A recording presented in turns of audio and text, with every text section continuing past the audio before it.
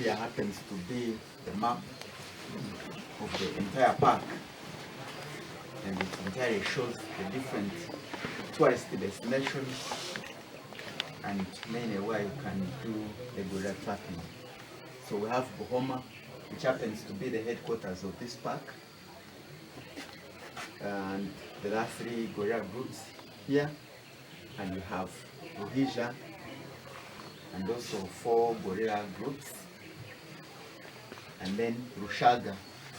This is where we are here, and we are the busiest sector with 6 gorilla families. And then we have Mkuringo, where you can also have 2 gorilla families at the moment. And we have an extra group here that is specific for the habituation, gorilla habituation experience, which is a newly introduced tourist activity in Uganda. You pay $1,500 and you are taken through the experience, the processes that we go through to habituate the gorillas, to make the gorillas familiar to humans. So once again, you are most welcome, and my name is Augustine, and I happen to be one of the lead guides here. So after splitting into small groups, which will take a maximum of 8 per group, some of you will meet me again to take you through the experience of today's gorilla tracking activity. And the tracking is always done as a team. So I have colleagues who help me to make the activity easy for everyone. And in the first instance, I have the ranger trackers or gorilla trackers, being young men and women who participated in habituating the groups. To habituate is to make the gorillas lose fear to humans. And currently we send them in the advanced team. So they have already left. They are busy on the trails, and they will start from where we left the families yesterday. They follow the trails, which will get them to where the gorillas slept. Every night gorillas make fresh nests. They are very rich.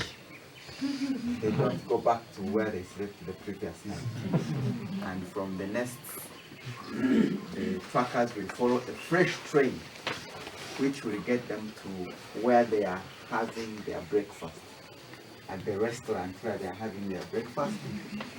And each of the guides and the trackers will carry handset radios and cell phones for effective communication, and they will tell us where they have seen them. Then it's up to the guide now to start to plan the shortcuts, the easiest routes to make everyone able to reach the gorillas. So that's a great job that is done by the trackers, and it helps us to avoid the unnecessary roaming up and down, left, right in the jungle, to switch directed to the gorillas. And since the introduction of that system, all our visitors have managed to make it successfully to the gorillas, as opposed to the past where we would start the tracking at once, and sometimes we take time to roam in the jungle. On board also will be the rangers with guns, rifles. I take time to introduce those young men because the guns are scary machines to most of us, including me who handle them. But it's a normal operating system around all the Ugandan national parks. If you have been to any other national park, then you must have come across the young men with the rifles. And for the sake of this sector, Rushaga, we have elephants, forest elephants, and they tend to be aggressive. But at the same time, they are so much scared by the sound from the gunshot. So wherever we meet them, we scare them by shooting in the air, which sounds trace them off our tracking trails and giving us chance to continue on our gorilla tracking expeditions. So please, when you see the young men with us, either in front of us or behind us with the rifles, take it easy. It's our normal operating system. And lastly, on the team are the support staff. We have a team of young men and women. I think you've seen them in grey uniform. Those ones seated down. We pick them from these villages surrounding the park. They are the immediate gorilla neighbors. It's the organization's policy to involve every member of the neighboring communities in protection of wildlife. And they come here ready to be hired to carry your backpack.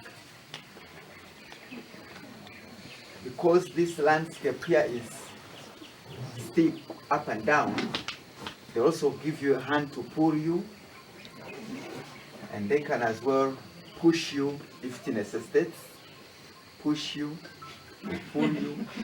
And in case the going gets tough, you get somewhere you can't make a step further, because we want to avoid the embarrassment of you missing to meet the gentle giants, then we bring in the strong ones who can lift you, carry you from a point to the gorillas, or bring you back from the gorillas. We have African helicopters on which we can then quickly take you there or bring you back. So, with a charge of $15 US, or its equivalent of about 60,000 Ugandan shillings, you can hire someone to carry your backpack, pull you and push you to the gorillas and back. That's the minimum set by the organization. We always have a minimum, we don't have a maximum. It all depends on the appreciation of the service he or she will have given you. But that's the minimum charge for them. Then to carry. At times, people come here in the morning and they request to track the gorillas in the form of African king or queen on the helicopter. And we decided that we can as well put an average charge for that in case someone requests for it. So $300 US, you can hire the strong young men and women to take you to the gorillas and bring you back as a queen or king. And we do all that. We do that just because we feel the compassion of the expense you go through from your home countries up to here. So to avoid that embarrassment of you missing to see the gorillas. So the first time I was involved in the carrying of the client is when we received someone very old, 85 years, and he couldn't walk. So, and he wanted to see the gorillas. Then we carried him from here to the gorillas and back. At the end, he was the happiest and promised us to come back to mark a century with us as well on a stretcher to see the gorillas. And it can happen. Also, another time happened when someone twisted at the hotel in the morning, twisted the ankle, and was about to give up. But when he came here, we told him we can get people to take him there and bring him back. He did it, and in the end, he was also the happiest. So we feel the way we can, the means and ways to make your dream come true to you for the day. So that's about the team with which we shall be tracking. So as we split into small groups, if you want to hire someone, then you need to talk to your guide, and we can arrange that one for you. And you have visited one of the world's most important places. Did you know that? Bwindi Impenetrable National Park is a World Heritage Site. Because of its richness in biodiversity, the different species of plants and animals, and most especially the endemism of most of them, including the mountain gorillas, that can only be seen here at Bwindi National Park and at the Virunga Conservation Area in the whole world, mountain gorillas. Then it certified this park to be a World Heritage Site.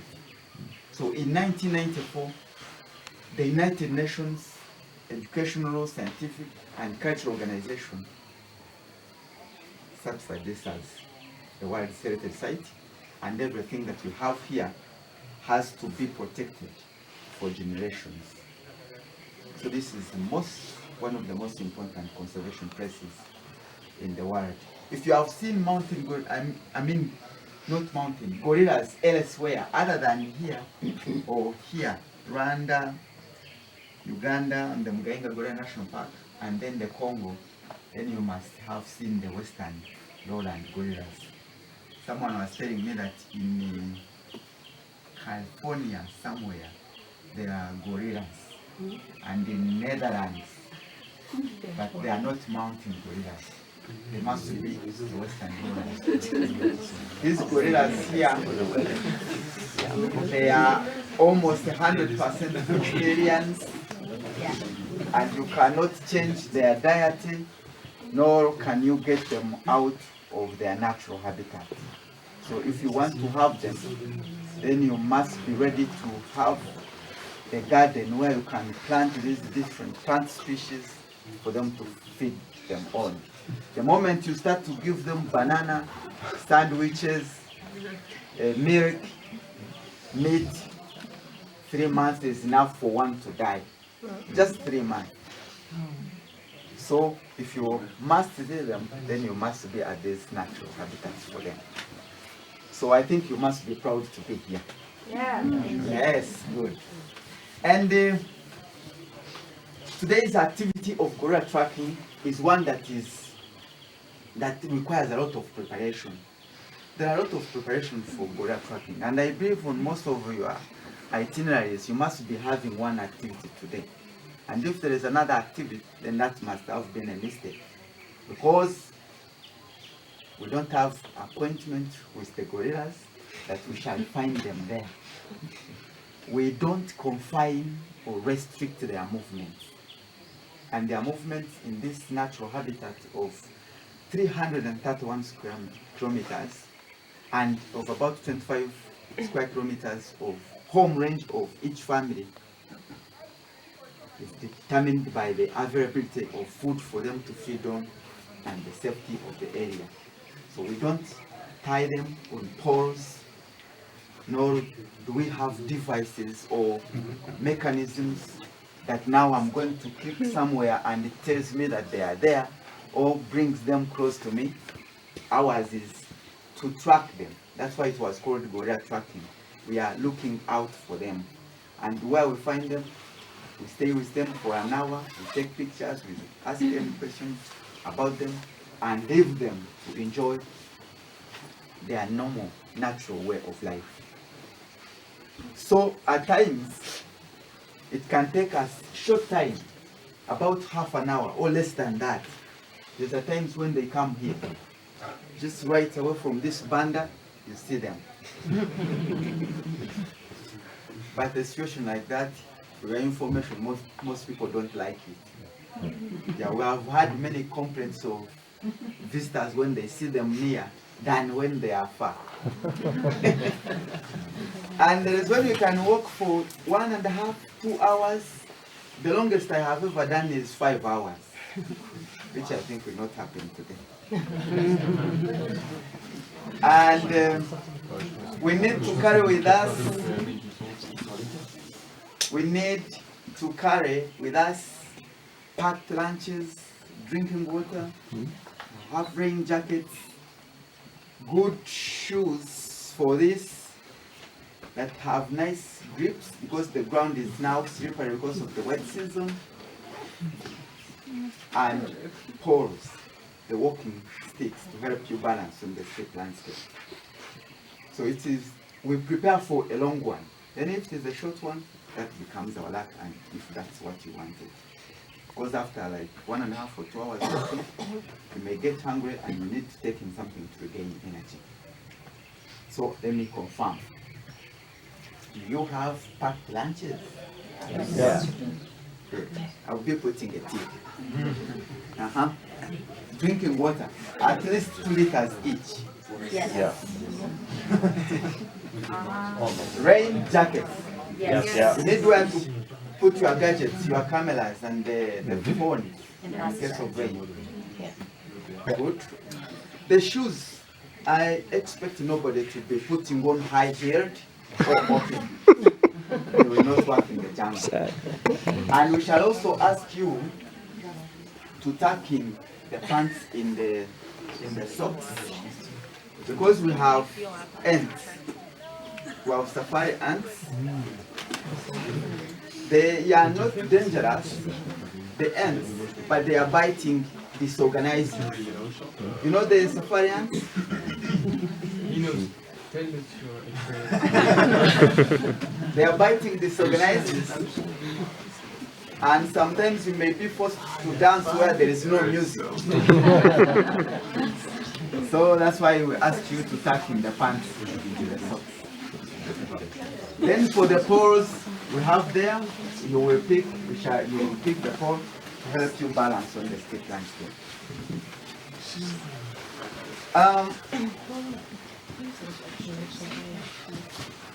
I'm quickly taking you through this because we prefer to be with the gorillas in the morning hours. That's when they are active. But we have situations where your permit can be refunded. One, if you are sick, the organization does not allow sick people to track the gorillas. If you have a communicable disease like flu, like cough, like diarrhea, we will not allow you to visit the gorillas. Is there someone with a similar case?